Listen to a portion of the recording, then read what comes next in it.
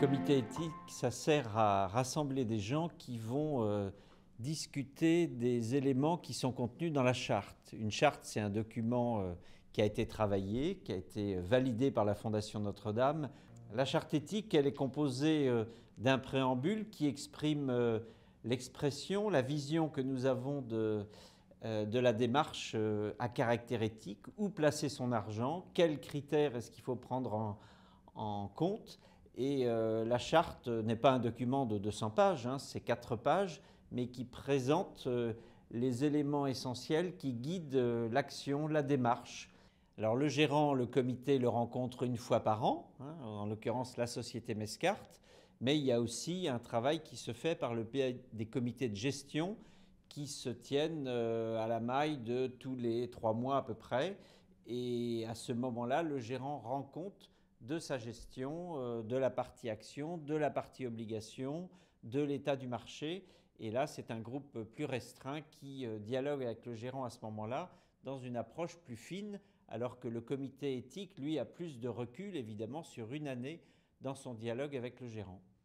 Mescart analyse les entreprises selon les 3 axes environnement, sociaux et gouvernance. Une volonté de la part de la SICAV porteur d'espérance d'être plus précise dans la façon d'analyser les entreprises et peut-être d'afficher plus clairement les critères d'analyse. Alors l'ambition est de fournir à l'ensemble des personnes qui sont en responsabilité de gérer des actifs financiers au sein de l'Église un certain nombre de repères autour duquel ces enjeux environnementaux, sociaux et de bonne gouvernance peuvent être intégrés de manière pratique.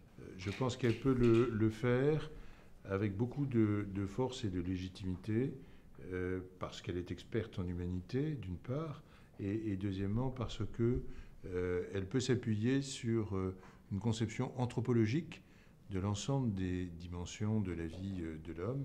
Et deuxièmement, elle peut le faire parce qu'elle est, je pense, à même de mobiliser des gens qui sont engagés et qui ont des choses à dire, à partager à partir de leur expérience d'hommes et de femmes engagés. Et ce que nous essayons chaque année, c'est de travailler sur des sujets différents avec des groupes de travail. Le premier, ça a été sur les cellules souches embryonnaires. Le deuxième groupe de travail, ça a été d'essayer d'exprimer la vision d'une entreprise chrétienne. Et puis, on va voir un troisième grand travail qui va être autour des GAFA. Quand on regarde tous les éléments à la fois financiers et extra-financiers, c'est des éléments qui sont assez statiques.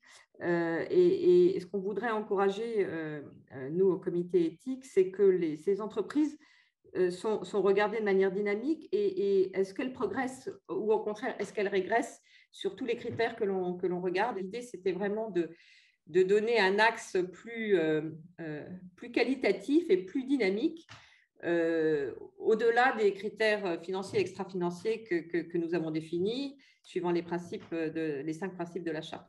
Sur la dimension peut-être éthique, extra-financière, 3 sujets de réflexion pour nous un peu dynamiques, si j'ose dire, et un peu structurants.